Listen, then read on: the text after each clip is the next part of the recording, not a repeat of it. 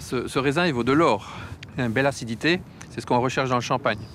Celui-là, c'est du pinot noir, mais il en faut deux autres variétés, le pinot meunier et le chardonnay, pour faire du champagne. C'est le mélange des trois qui lui donnera son goût unique. Tout commence lors des vendanges à la fin de l'été. Les raisins sont tout de suite pressés et le jus de raisin commence à fermenter. 2 mois plus tard, fin novembre, le jus continue sa fermentation dans ces tonneaux. Aujourd'hui, on va le filtrer. Le vin est en train de se troubler, donc on arrive sur le dépôt du tonneau, il faut arrêter de le succier. Ce premier vin va continuer à vieillir en tonneau jusqu'au printemps. Jusque-là, rien ne différencie le champagne d'un vin blanc normal. Mais tout change lors d'une opération cruciale, l'assemblage. À la différence d'un vin classique où chaque cuvée correspond à une année bien distincte, pour le champagne, on mélange plusieurs années afin de trouver la composition idéale. Objectif, offrir aux consommateurs année après année toujours le même goût et chaque marque de champagne a le sien.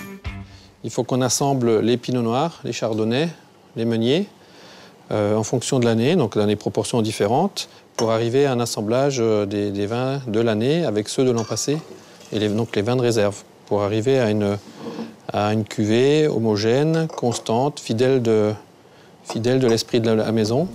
Mais regardez bien, le plus étonnant, c'est que le champagne n'a pas encore de bulles.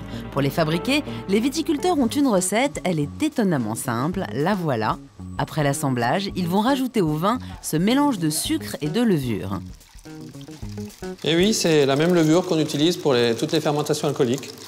Par exemple, la bière, le vin, le pain.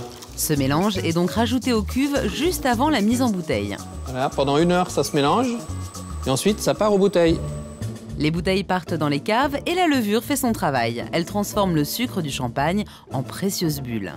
Mais comment séparer ensuite la levure du champagne? C'est pour cela que les bouteilles sont inclinées. Ainsi, la levure, plus lourde, descend doucement vers le col de la bouteille. Et pour faciliter cette descente, tous les jours, cet homme vient tourner les 50 000 bouteilles d'un 8e de tour. Oh, c'est une question d'habitude. Là, ça va faire 40 ans que je fais ça, alors donc c'est bon. Après 3 ans de remuage, le champagne est prêt. Et pour enlever le dépôt de levure, les vignerons ont une technique de choc. Ils plongent les bouteilles à l'envers dans un liquide réfrigérant à moins 25 degrés. Instantanément, un glaçon se forme dans le col, emprisonnant la levure. Dès qu'on débouche la bouteille, la pression expulse le glaçon et la levure. Aussi, donc là, on a extrait le glaçon qui emprisonne la levure et ensuite, on va passer au dosage des bouteilles. Et oui, avant de reboucher, on arrondit le goût du champagne en y rajoutant plus ou moins de sucre. Moins de 15 grammes par litre pour du champagne brut, entre 15 et 35 grammes par litre pour du champagne sec et entre 35 grammes et 50 grammes par litre pour du champagne demi-sec, le plus sucré. Il n'y a plus qu'à le boucher, à l'étiqueter et à le déguster. Le champagne, ce sont des bulles ultra fines et des arômes uniques au monde. Vous en avez acheté? Comment bénéficier au mieux de sa saveur exceptionnelle? Rendez-vous dans un bar à champagne pour les conseils indispensables. Tout d'abord, à quelle température sert-on le champagne? Trop chaud, le champagne perd ses arômes. Trop frais, il les perd aussi. La bonne température est la température aux alentours de 11 degrés qui vous permet d'avoir toute l'expression du champagne. Une demi-heure dans le frigo suffit pour avoir la bonne température. Et pour le boire, une flûte ou une coupe? Une flûte, bien sûr, pour une raison très simple, c'est que l'effervescence est conservée dans ce verre. Lorsque vous prenez une coupe, cette effervescence disparaît trop vite. Et regardez, ce n'est pas moi qui vous le dis, c'est le verre. Enfin, comment conserver votre bouteille déjà entamée? Avant tout, oubliez la petite cuillère. Pour conserver le champagne, la meilleure solution reste le bouchon hermétique.